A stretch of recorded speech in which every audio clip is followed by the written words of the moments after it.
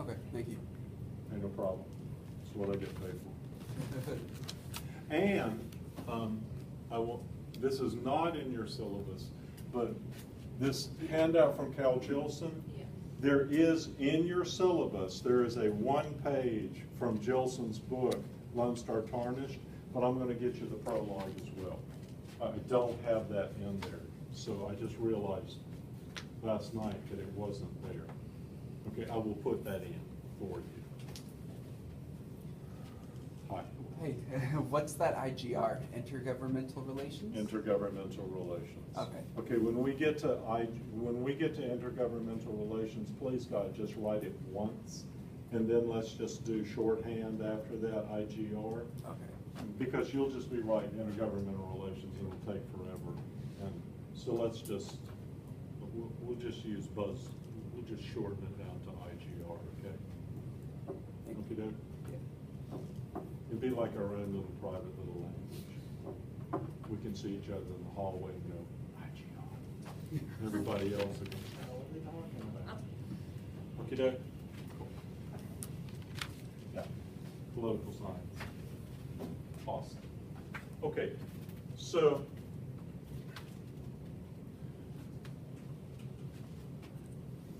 what I need to do is start with the idea of political culture, because political culture is the basis for the Constitution of the state of Texas. Inside the Constitution of the state of Texas and the U.S. government's Constitution are two ideas. They refer to system and process. The first idea of system is the concept of federalism. The second idea of process is the idea of IGR. And there's your first essay. Okay? So, if I start with culture and focus within the concept of culture on the political culture of the state of Texas, I should be able to see from political culture how we got the Constitution of the state of Texas and what's in the Constitution. Once I can see the Constitution of the state of Texas and the U.S. Constitution, which basically have the same values in it, which have the same rules, which have the same SOPs, they're not that much different, then I should be able to see the system of government, where Texas fits into the system. That's through the concept of federalism. And then I can turn my attention to the process and see how people actually make decisions. That's called IGR. Okay? Look, remember, take a step back. It's kind of hard when you're sitting down, I get that. But just take a moment and just walk it back a second to the concept of process. I argue that a process is basically a series of events. It begins with information about problems. There are problems in the state of Texas. Information gets created about the problems. Decision makers use the information to make decisions, and they interact with other decision makers. The information, the decisions, the interactions produce consequences, and that's your process. How's it working for you?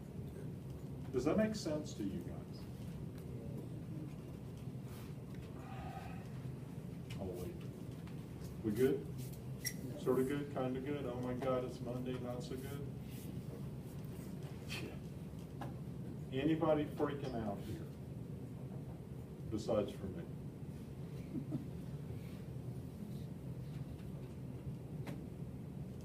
Good? You tell me if you weren't, right? Promise? You're not saying anything. Okay.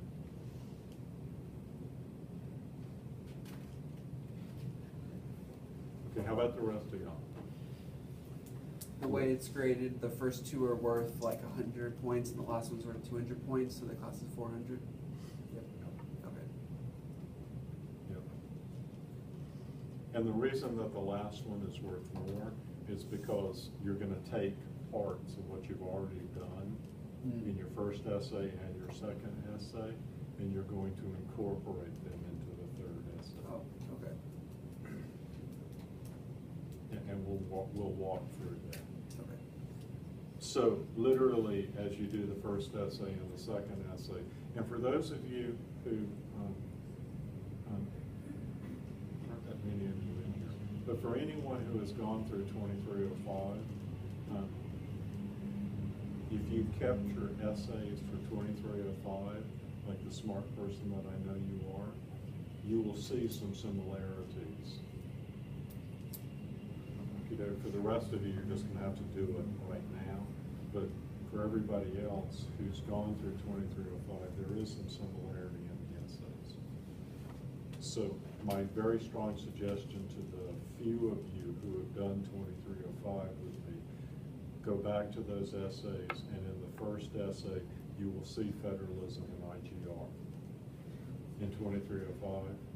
So all that you need to do is reorient it to Texas, because that was the national government. It's just an end. Okay? So in this essay here, I'm focusing my attention on the Texas government and the Texas Constitution and the Texas political culture.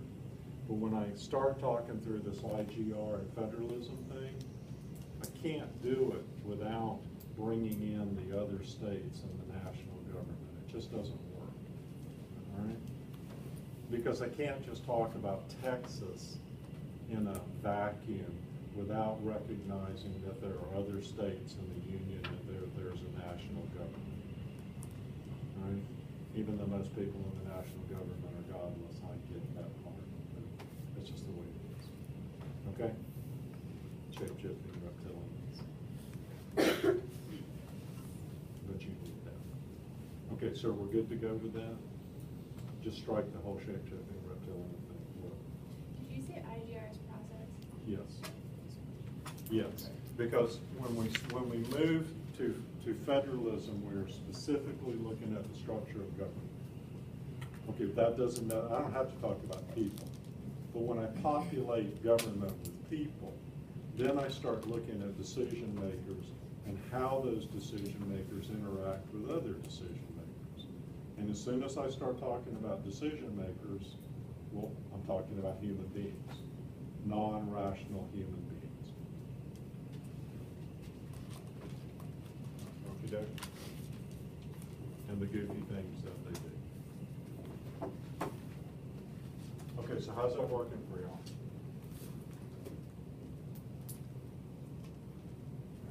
How are we doing? So IGR is the processes? IGR refers to the processes that flow from outside government through government that then create consequences. Problems, information, inputs, outputs, outcomes, consequences. That's the process. How's that working for you? Let me do that again? I can. Problems, information, inputs, outputs, outcomes, consequences. That's the problem. I mean, that's the process. Okay?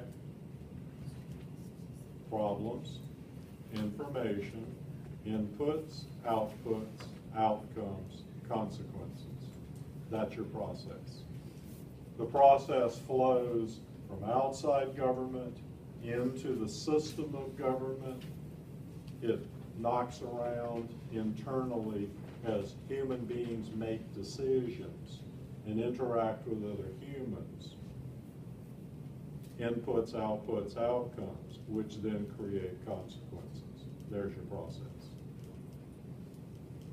How we doing? Sort of good? Kind of good? Yeah. Okay, so this first essay then just basically puts the first 3 chapters together. All right? It focuses on the relationship between political culture, institutions, systems, and processes. There's your essay.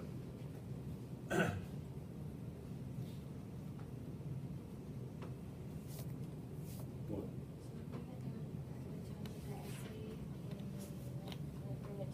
Absolutely. I'd appreciate that.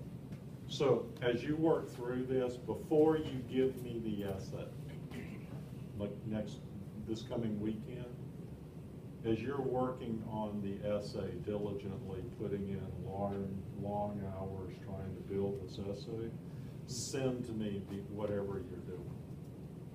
Send me. Just send it to me. Okay? Let me see the draft that you're doing. If you've got a question, send me the question.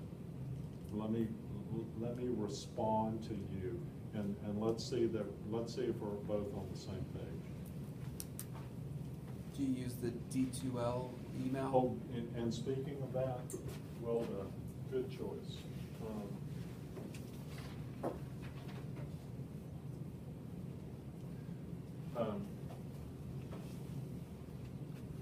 During the summer, I have a tendency to forget that D2L even exists. Yeah. So do me a favor. On the first page of the syllabus is my lonestar.edu email address. If you're going to send me an email, send it here. All right? Yes, yes, yes, yes, and yes. Okay? Is that working for now? Just don't send it to the D2L site. I just forget, and I just don't look at it that often. All right? I've been trained to look at this one, and I basically do. All right? If you send me an email with a question or an attachment, don't expect Burger King service. I will get back to you, but don't freak out if it's not within the next 10 minutes kind of thing. I'm getting back to you. Okay? How's that working for you? Okay, so how's this working for you? Yes? We're good?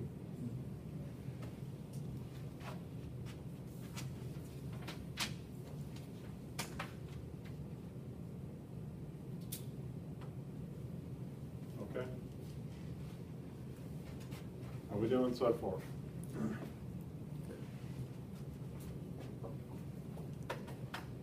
Okay. In your syllabus.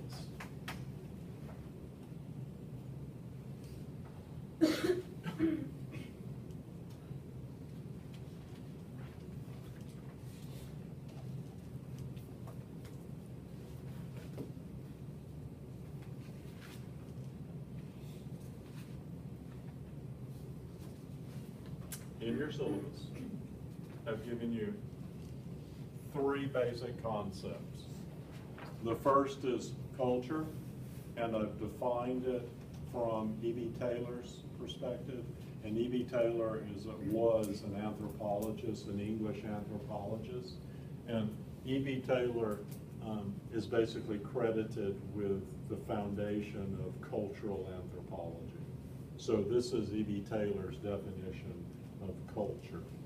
Out of E.B. Taylor's definition of culture comes from this book here, The Civic Culture, from the 1960s, comes from Gabriel Allman and Sidney Verba. They focus specifically on a slice of culture called political culture. All right? This is their definition of political culture. And below that is a definition of politics from a political scientist named Harold Laswell that we will come back to. And from your textbook, that's not your textbook. from a Texas government and politics textbook, and you have a definition of political culture in your textbook, but I just took this from one of the other books. All right? How's it working for you?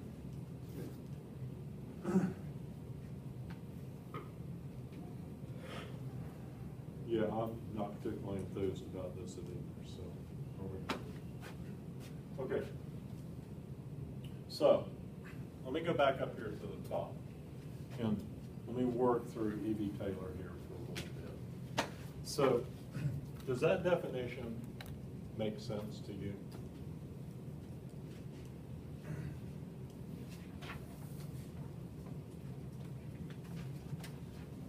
I mean, tell me if it doesn't.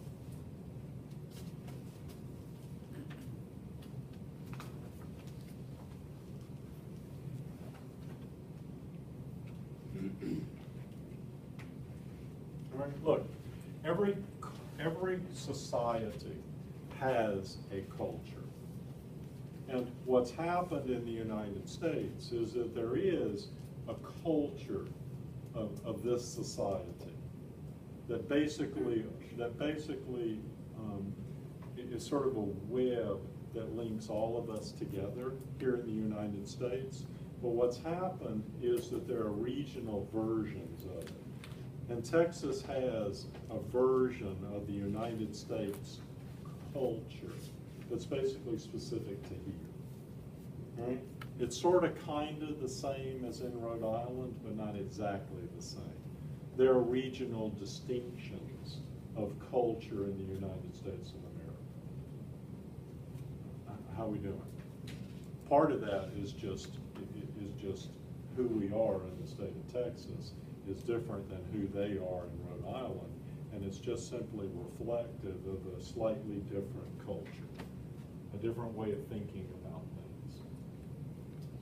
So culture is designed to link people together and to give them a common understanding of the world they live in. That's the purpose of culture.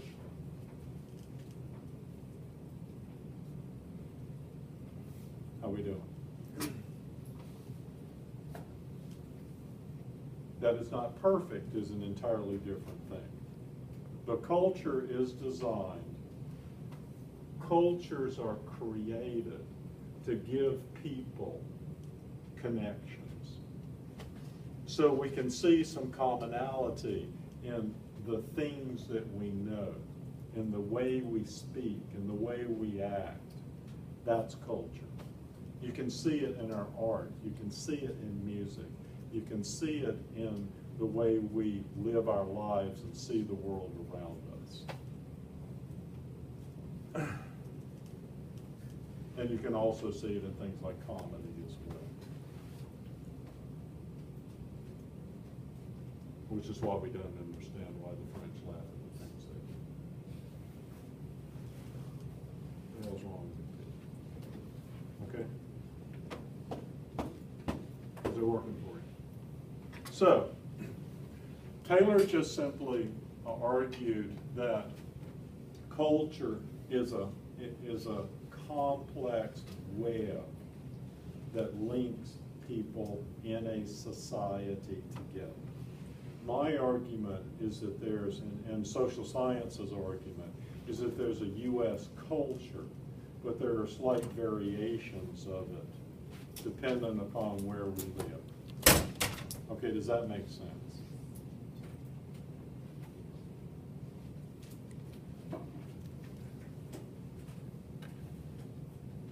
Can we say yes?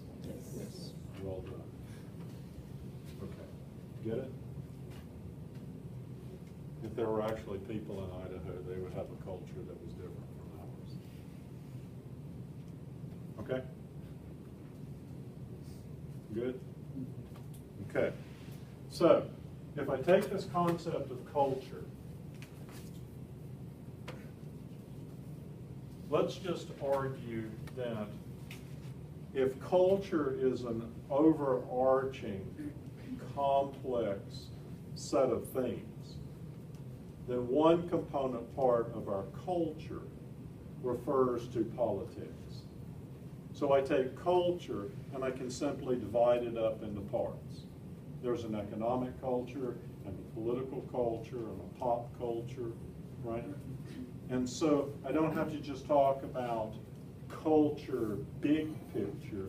I can focus on things like politics and argue that Texas has a political culture that's different from the political culture of other parts of the United States of America. Okay, how's that working for you? Okay, now I'm into your textbook. This is what your textbook is talking about. All right, so Allman and Verba back in the 1960s, and let me just point this out to you.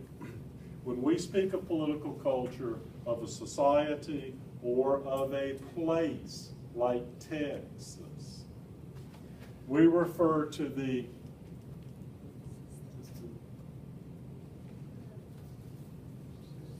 system as internalized in the cognitions, feelings, and evaluation of its population, of its citizens.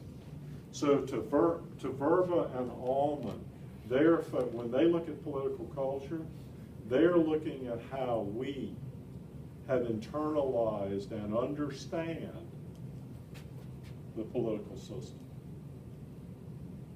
that flows from the Constitution. How's it working for you? How we doing? Individuals, that's us, and Texans collectively have attitudes towards the political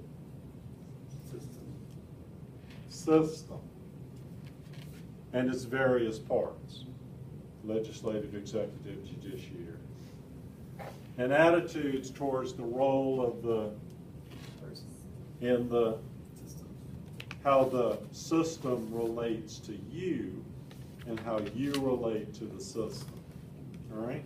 So what's important to Allman and Verba is how you and we understand the system and how you and we relate to the system and how it relates to us. Does that make sense to you?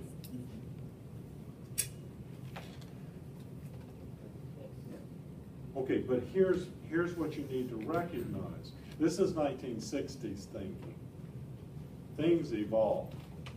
Okay, so what about the process?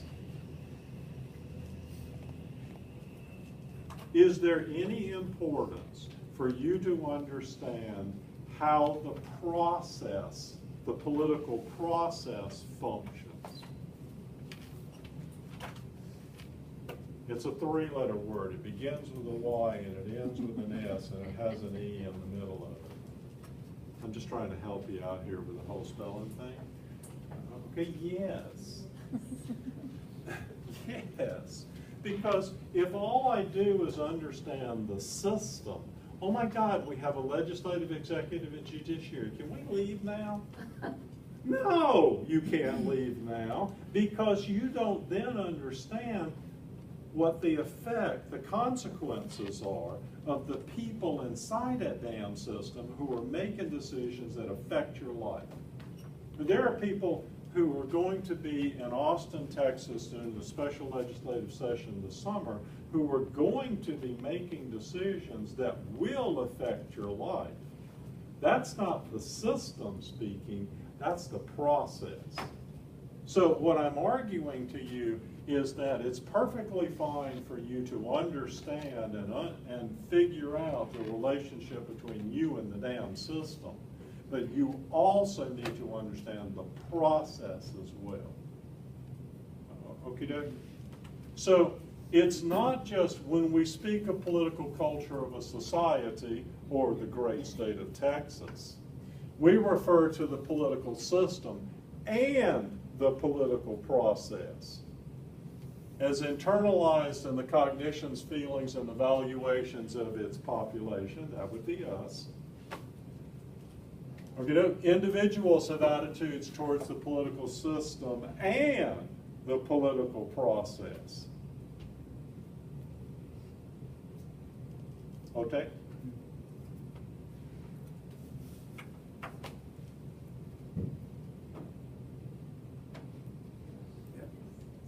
role of the self in the system and the process. Okie dokies? But the damn room doesn't do anything. I mean, the room is just the room, ladies and gentlemen. Here at Lone Star College, Tomball, you are in the south wing. Let's just call the south wing a system. All right? With individual rooms, and each room is identifiably different because there's a different number on each door. Okay, but it's just a room. God-awful colored room, but it's just crappy colors, right? It's like they had a sale on this paint, and that's the best they could come up with. And then they tried to cover it over with a world map that's kind of peeling around the edges a little bit, but whatever. Okay, but it's still just a room. Okay, doke? What happens inside the room is way more important. The communication that we're having right now, the back and forth that we are generating, the extent of knowledge and discussion that we're having here, that's what's important.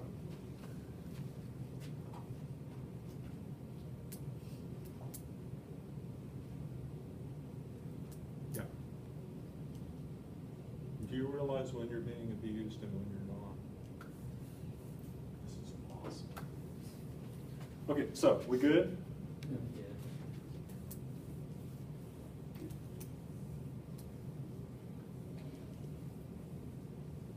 Does anyone have a question?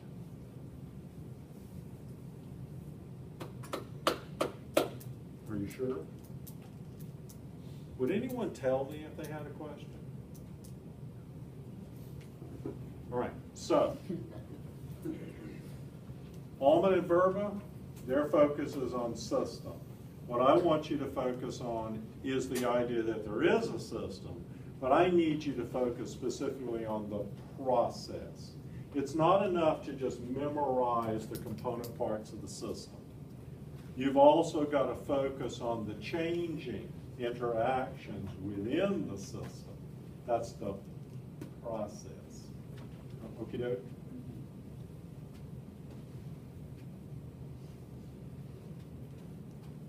We good? Are you sure? You tell me, right? No.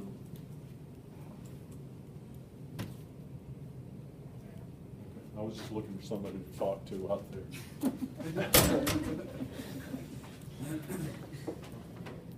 It's like, y'all won't talk to me, so I'll go find somebody else to talk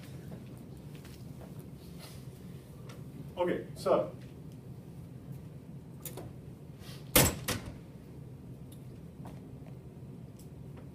So then let me get down here to this last part of all of this with Harold Laswell.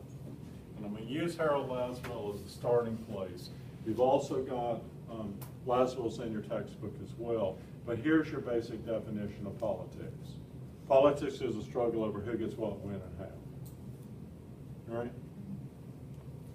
Okay, that's a reference to the process. Okay? How's that working for y'all? All right?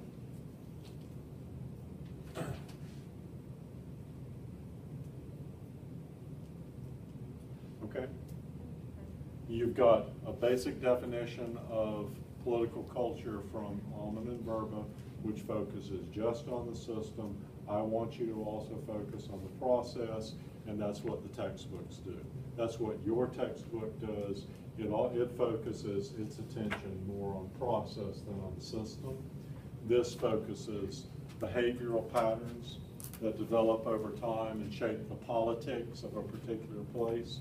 If I'm talking about the politics of a particular place, I'm talking about the process, not the structure. All right? Okay?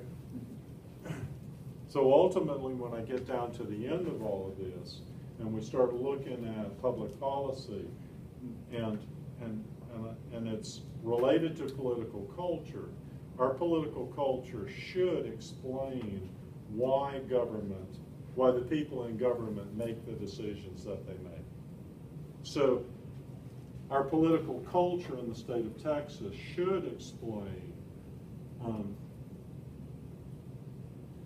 the process, the consequences, and which problems get dealt with and how they get dealt with. Okay, that doesn't happen in a vacuum. It just doesn't magically happen out of thin air. People in government do not just make decisions randomly. They make decisions linked to our political culture. In large part, they do that because they want to be reelected to office, or they don't want to get fired if they're THECD, right? Bureaucrats. All right? The governor of the state of Texas is not going to make political decisions unlinked from political culture of the state of Texas.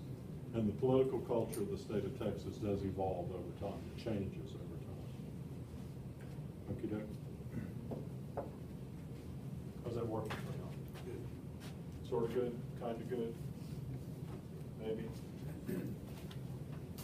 Anybody freaked out so far?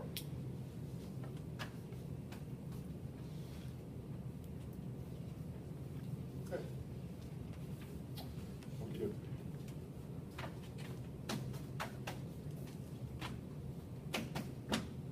So let me do this real quick.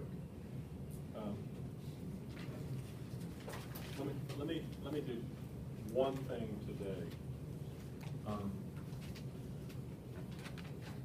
And then when we come back on Wednesday and Thursday, let me do the the federalism and the intergovernmental relations part. Okay? Is that a question? Or Yeah, just, sorry. With the first essay, I'm guessing it's due next week. Monday. what? For the first essay. What about it? Implying that it's due next week, Monday. Hold on to that thought.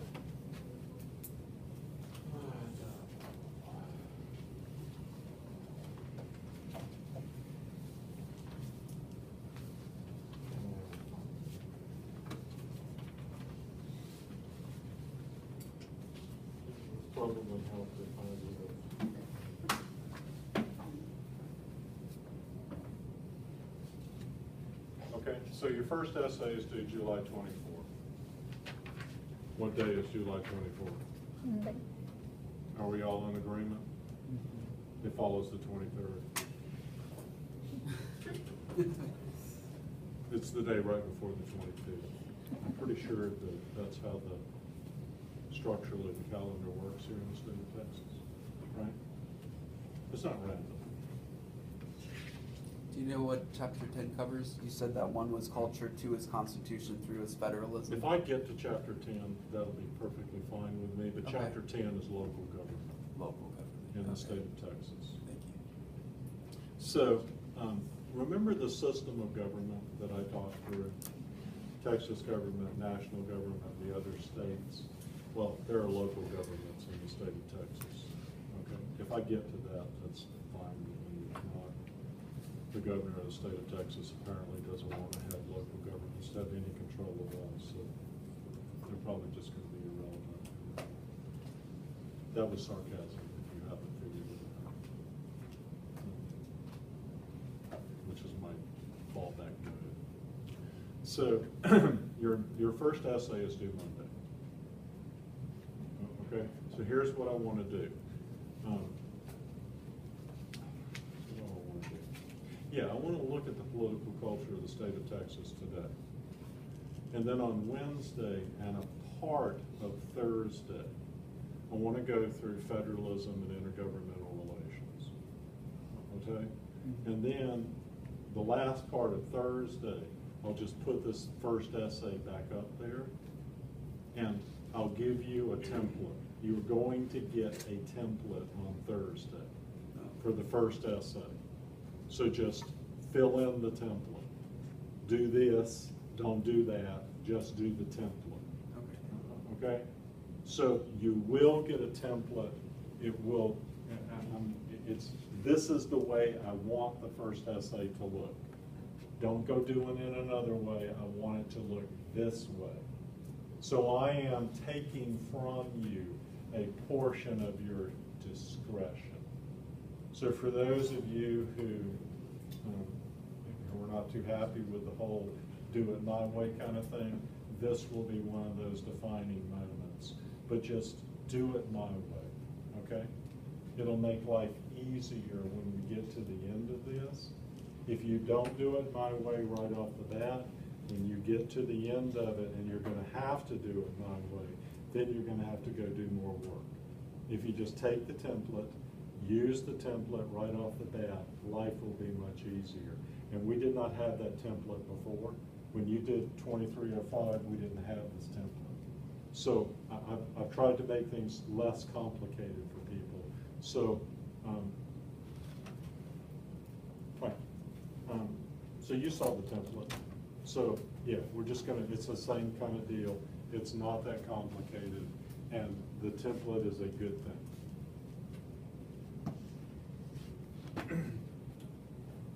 Maybe not for you, it's a good thing, but it's a good thing for me. Okay, how's it working for you? Okay, follow the template. Okay, so that's what I want to do this week. So you have 3 chapters in the book. They look at Texas, the demographics of Texas and the political culture, the role of the Texas Constitution, and then this concept of federalism and IGR, where Texas fits into the system and the process. And if I get to the idea of local government, the relationship between local government and the Texas government, fine. If not, I'm not going to lose a whole lot of sleep. Okay?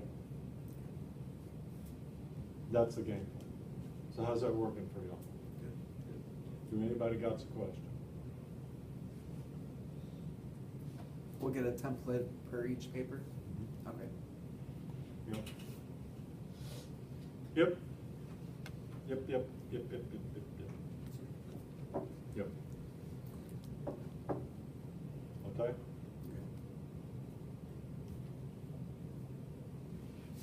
Okay, so that's the game plan. All right? And then over the weekend, okay, not Sunday night at midnight, but over the weekend, if you want to send me, like, as you start working on the essay, if you want to send me drafts, do it. Okay?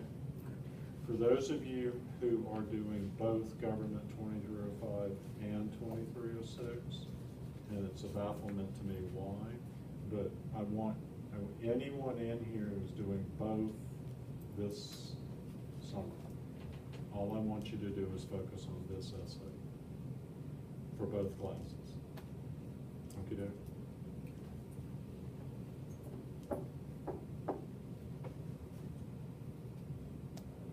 Is that working for you? Just focus on this one for both classes. Okay, so we're good to go with what I'm doing here. Political culture, Constitution, federalism, intergovernmental relations. That's your first essay. Okay? All right? Okay. So, let's work through this a little bit. If Texas has a political culture, it should affect and shape the way we think about the system of government and the process of government. Okay? That's not quantum mechanics, that's just a basic statement. Can we go do that again? How we doing? What? You do it. Yeah, I can. Look, let's just assume for the pure sake of meanness that there is a political culture in the state of Texas. And there is. Okay, so there's a political culture in the United States of America. There is a political culture in the state of Texas. Okay, well, what does political culture do? It shapes our understanding of the political system and the political process. That's what political culture does. It provides a common understanding of the political system and the political process in Texas. All right? Okay? And within that political culture, it also brings into play those 8 common core values. The difference is that here in the state of Texas, the 8 common core values are in a different order than they are in some other states. We prioritize some values in the state of Texas more than others. New Hampshire prioritizes differently the same set of values. They're just in a different order. New York State, different set of different order than us. Okay? How's that working for y'all? Does that make sense? All right? So, if I look at the political culture of the state of Texas, I should see our priorities, how we see our values, our political values, and which are more important than others. I should see a basic understanding of government, what it looks like, and its purpose. System, process. Okay? How's that working for you? Okay?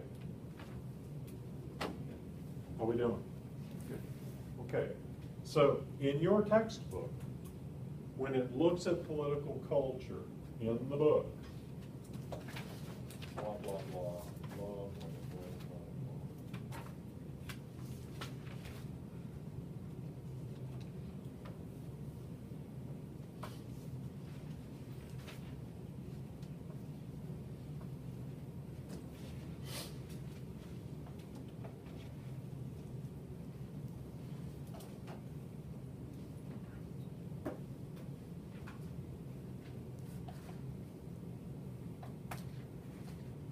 Okay, blah, blah, blah. Political culture from your textbook. Politics is influenced by political culture. And recognize that I gave you a definition of politics.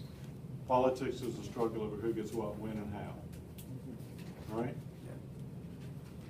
Yeah. Political culture, values, attitudes, traditions, habits, general behavioral patterns. That comes straight out of E.B. Taylor and Almond and Verba. That's where they got that from. That develop over time and shape the politics of a particular region.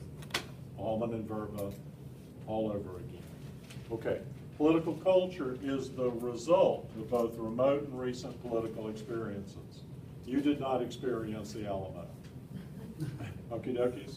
Although the Alamo is theoretically extraordinarily important to all Texans, everyone must do at least once a year pilgrimage to the Alamo. I understand all of these things. Coonskin caps are optional. I get all of that. There are all of these people within the history of the state of Texas that have shaped the political culture of the state of Texas. These are people who were important over time that we have no idea who in the hell they are, right? So if you come I-45 down from Huntsville, you come around that corner and there's this huge statue there that scares the bejesus out of people who have absolutely no idea what the hell that is. But for pure Texans, they understand what that statue is all about, right? Yeah. Okay, so according to Anne, here's what I want to look at, is this guy, Daniel Elazar. Because Elazar is is this key figure who makes art, who literally tries to figure out how political culture shapes the way we understand the system and the process. Okay, in your textbook, there is not just a reference to Elazar and to Elazar to right here, but Elazar, your textbook goes into an explanation of the political culture of the state of Texas, distinct from other states. Okie dokies? And we need to talk through this, because without Elazar, you're not going to understand why we see government differently than in other places, and why the process responds differently than it does in other places. Elazar explains both of those things. Elazar takes political culture and explains how the system is thought of differently here than in other states, and how why the process, the political process, is different here than in other states. Okie dokies? That's the role of political culture. Cultural patterns give each state particular character and help determine the tone of fundamental relationships. Okie doke? How we doing? Okay, so here's the deal. Elazar looked at the political culture of the United States of America. And Elazar identified 3 different versions of the American political culture. 3 strains of political culture in the United States of America. They all link to the same values, but they put the values in different order, and they reference different experiences, so they're slightly different. All right? Does that make sense to you? Okay, so in your book, your textbook explains the 3 political subcultures in the United States of America: the moralistic, the individualistic, and the traditionalistic. Okay? And what I want to do is just basically work through the 3 strains of political culture in the United States and identify from Elazar the political culture of the state of Texas and what makes it distinct from these. Okay, Elazar argues that the state of Texas has a political culture that's based on a fusion of the traditionalistic and the individualistic, and you do not see the moralistic really here in the state of Texas. It's just not that important a deal. So from Elazar's perspective, what makes Texas distinct is our version of political culture, which references the traditionalistic and the individualistic political versions of political culture. Okay? Nod your head. Even if you don't believe me, just nod your head. It's good exercise. It gets the blood flowing. No, really, it does. Just see? Right? It's good for vertigo. It's good for a lot of things. It's great for you.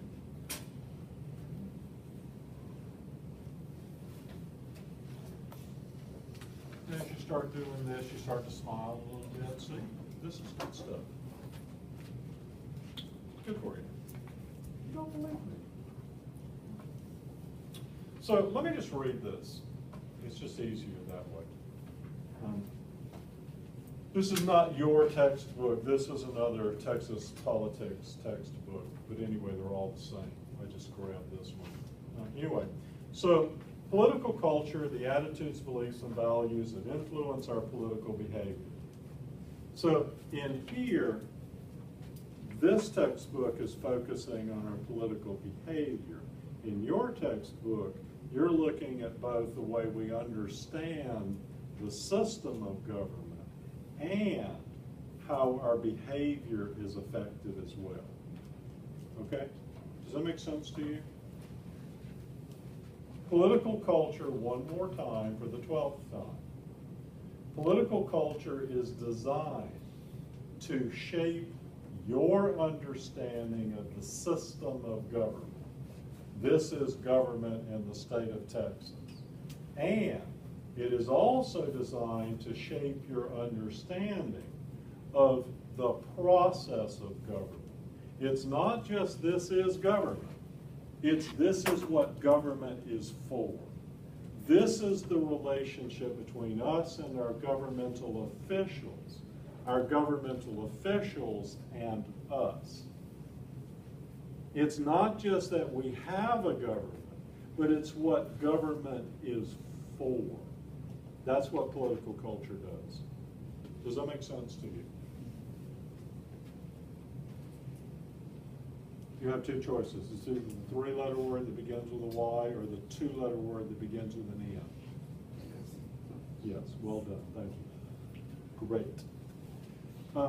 Eleazar, blah, blah, blah, blah, blah, blah, blah, blah, blah, blah, blah, blah, blah. Okay, the traditional, so let me just start with a traditionalistic culture. Eleazar argues that Texas has a blend of what he calls the traditionalistic political culture and the individualistic political culture. Okay, so here's the textbook. The first American subculture to arrive in Texas was what Eleazar calls the traditionalistic culture, which emerged in the plantation economy of the slaveholding South. So the traditionalistic political culture was crafted in the late 1700s, 1800s, and the deep southern states. So we're talking about South Carolina, Georgia, Alabama, Mississippi, a portion of Tennessee, a portion of Florida, deep south. Not Texas, deep south. So pre-Civil War, deep south. In each county of the southern states, a few wealthy plantation-owning families dominated politics and government.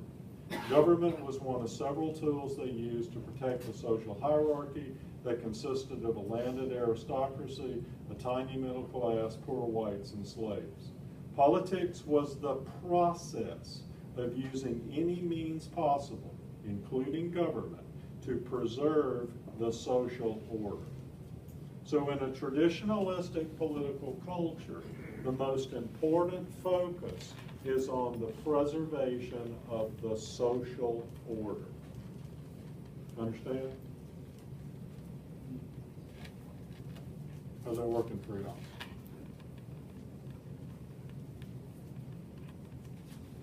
Sort of good?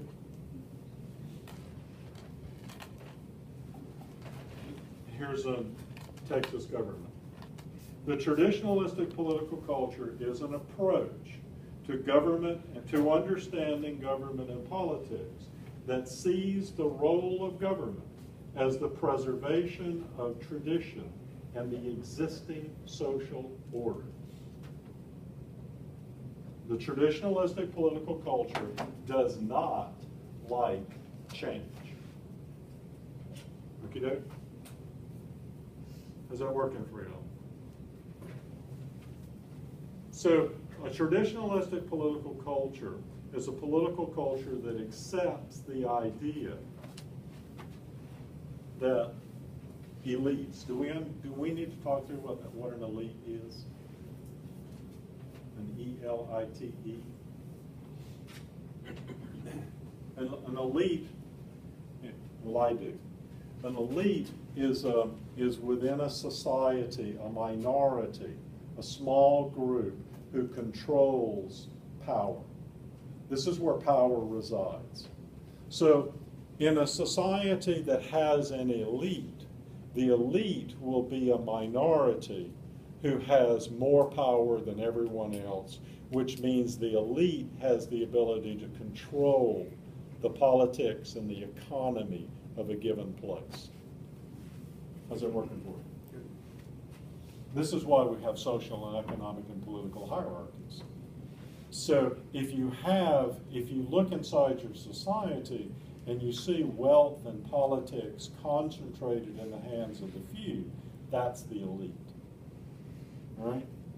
If you see politics, if you see political power and economic power and social power spread across a large portion of society, then you really are not looking at a society with an elite. Okay, so your society either has power concentrated in the hands of the few or spread more broadly across society. Okay? So a traditionalistic political culture accepts that there will be elites. The elites will have concentrated power, economic power, political power, social power. How's that working for you? Sort of good, kind of good, maybe not at all? Okay, so if you take the traditionalistic from Elazar's perspective, the traditionalistic political culture, his argument is the traditionalistic political culture migrated here from the deep southern states, from two places. One, you had a migration from the southern states. You had Southerners come into Texas and basically settling here. I mean, I'm not talking about Laredo and I'm not talking about El Paso. I'm talking about here. And I'm talking about the east and southeast of Texas. So I've got Southerners moving to Texas. And up from Mexico, I have Spaniards coming up from Mexico, bringing the same traditionalistic culture with them. Because in Mexico, in the 17 and 1800s, land, the economy, politics was controlled by Spaniards, by a hacienda political culture, just like a plantation culture in the southern states. So I've got from the southern states a migration with a political culture that accepts the idea that elites should be in control. And up from Mexico, I've got the very same thing from a recognition that an elite should be in control. It merges right here in the state of Texas, and in the state of Texas, Elazar's argument is over time, you get an emphasis on the idea that elites will control the political system and the processes of the state. So Elazar argues that in the state of Texas, there is still a strong recognition that elites do control the politics of your state. Okay, so if you look at Elazar and you look at what government does, and you look at how government who government responds to, that's the point. Okay, so if I want to not just understand the structure of government system, if I want to understand the process, Elazar argues, look at who government responds to. Which portions of society are more likely to get a positive response than others in relationship to inputs, outputs, outcomes? Which inputs are more likely to get a response? Does that question make sense to you? You have to answer the question, you just have to see the question. If I've got inputs, outputs, and outcomes, what Elazar wants to know is which inputs are more likely to get a response.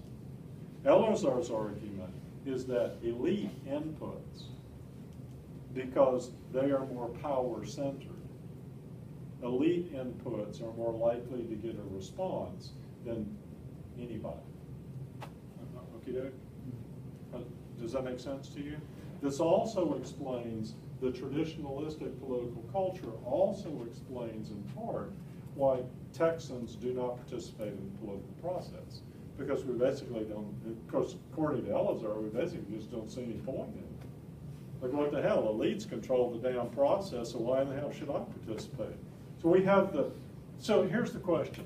We have one of the poorest voter turnout rates in the entire United States of America. Well, okay, fine. Why is that?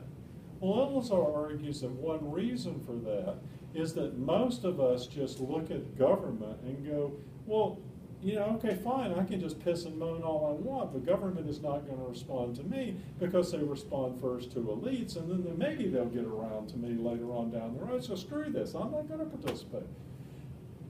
And that leads to the next part, the individualistic part. The individualistic part to all of this simply argues that I got better things to do with my time than to get involved in politics, because politics is just ugly. I got better things to do with my time than to do this whole politics thing, so to voting. You know, okay? I just don't want to vote. Okay, so here's do you get the traditionalistic idea? A traditionalistic political culture accepts the reality that there will be elites.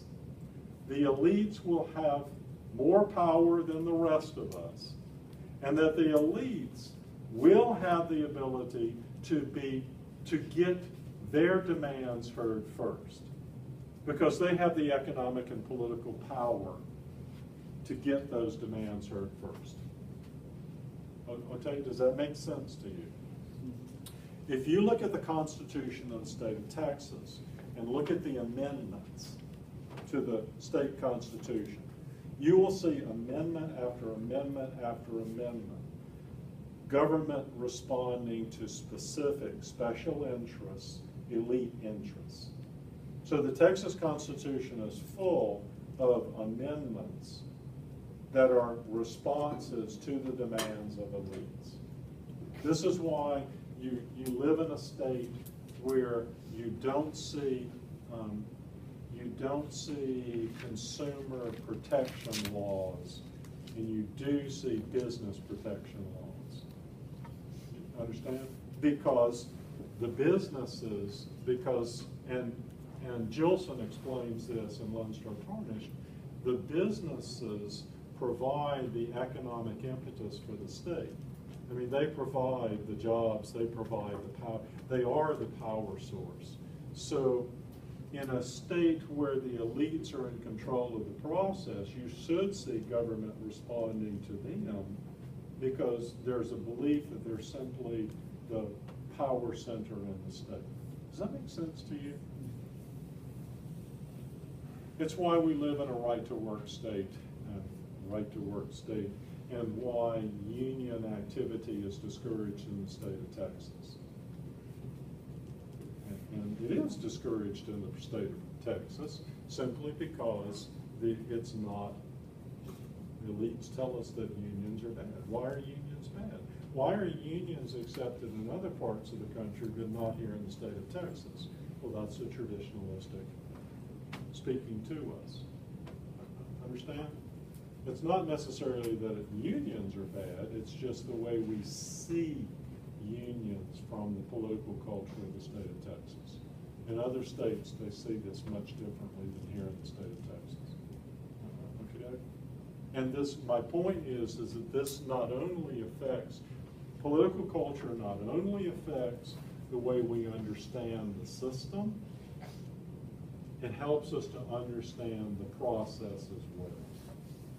So, if we live in a state with a traditionalistic political culture, we live in a state that accepts the reality of elites and the ability of elites to control the politics and economics of the state. Okay, how's that working for you? Okay, that helps to understand why we just don't vote. Because we basically just figure, well, elites are going to do it for us, or elites, okay, we just don't see any real point in voting. Okay, so that's part of the issue. But Elazar also argues that we are an individualistic state. And although the term individualistic implies that the individuals in the culture act alone, this is not what Elazar is talking about. Elazar is not talking about you as an individual. Individualistic culture provides a setting in which individuals can advance themselves in business or politics by forming alliances based on personal loyalty. So here's the deal. With an individualistic political culture, the individual is focused small.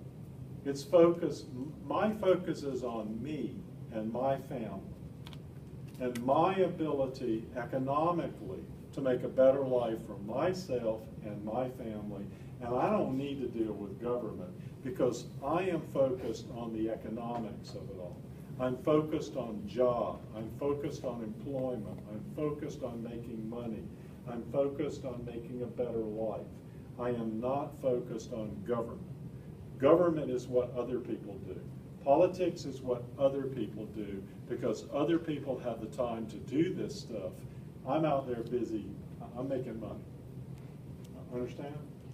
So Elazar argues that the individualistic political culture is an East Coast culture, East Coast U.S. culture.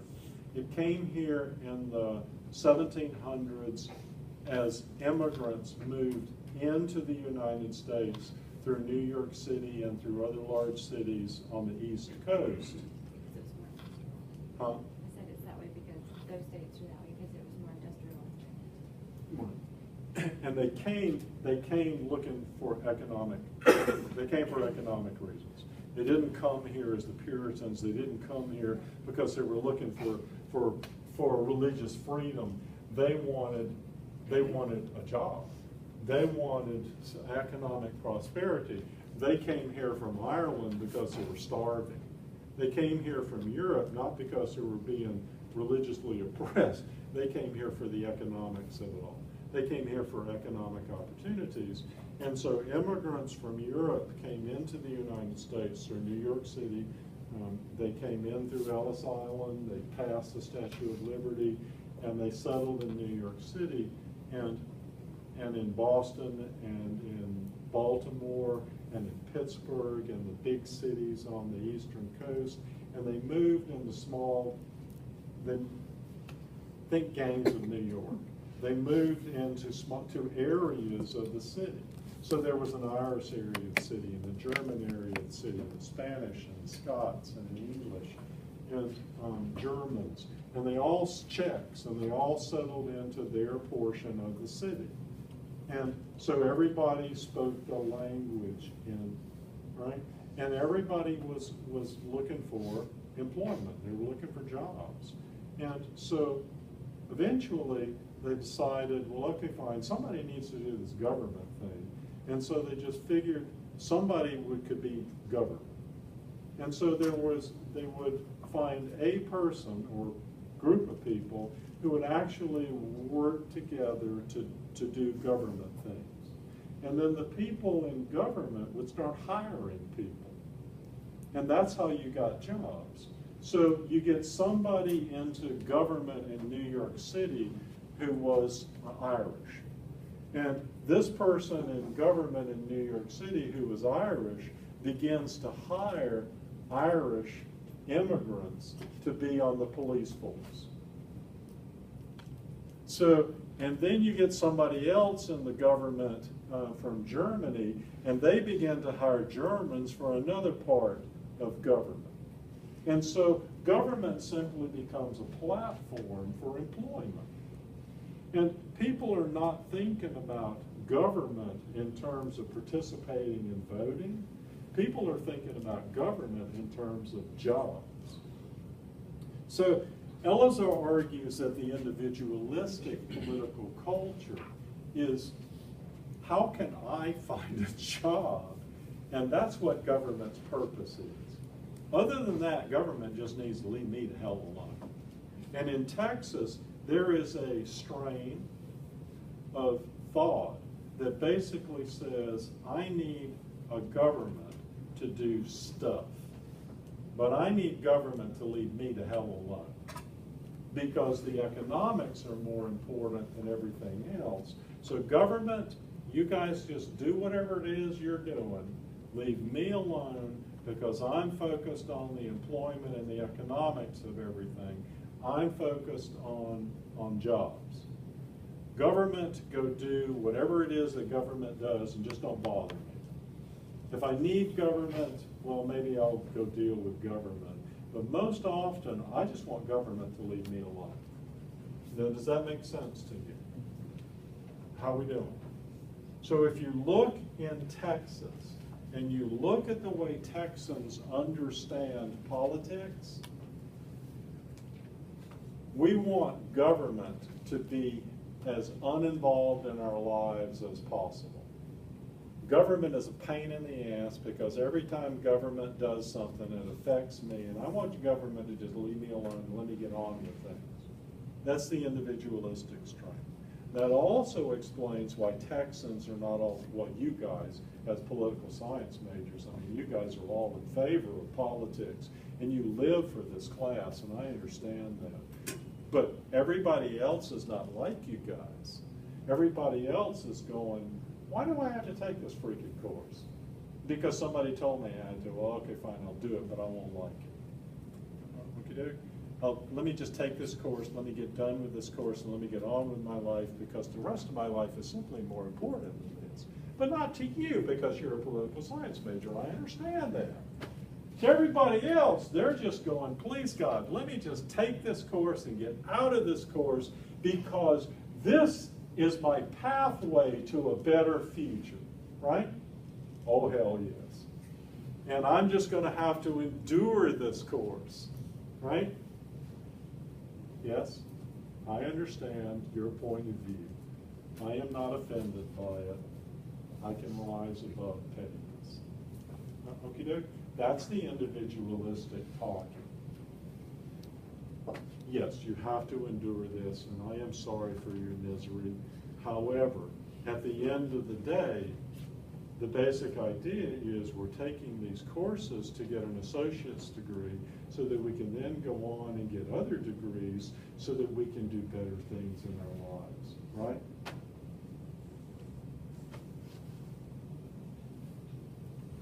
Yes? Okay, that's the individualistic speaking. The individualistic basically says, screw government. Government just needs to be kept at arm's length because every time I turn around, government does stuff and they just simply screw things up and mess with my life. Government needs to leave me alone. That's the individualistic speaking. On the other side of that is this traditionalistic. Well, if I'm focused on the economy, if I'm focused on jobs, if I'm focused on bettering my life and the life of my family, doesn't that leave the door open for elites to control the political process because we're not that interested in it? Yes, it does. And that's Elazar's point.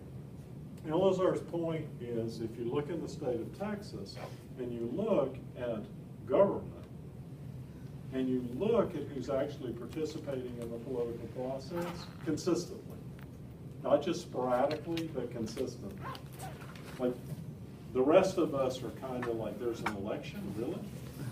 No kidding. I've got to vote again? Didn't I just vote? I'm pretty sure I voted.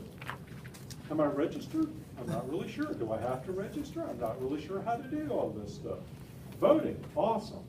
However, elites are participating all the time because they're going to the same country clubs. They're going to the same place. Their kids are going to the same schools as our members of the Senate and the House of Representatives and our governor. So the elites are constantly talking about politics.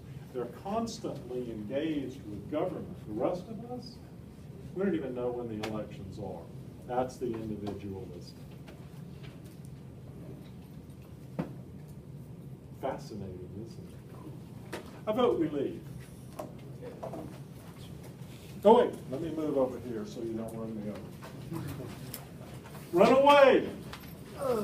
Come back Wednesday. That's the day after tomorrow.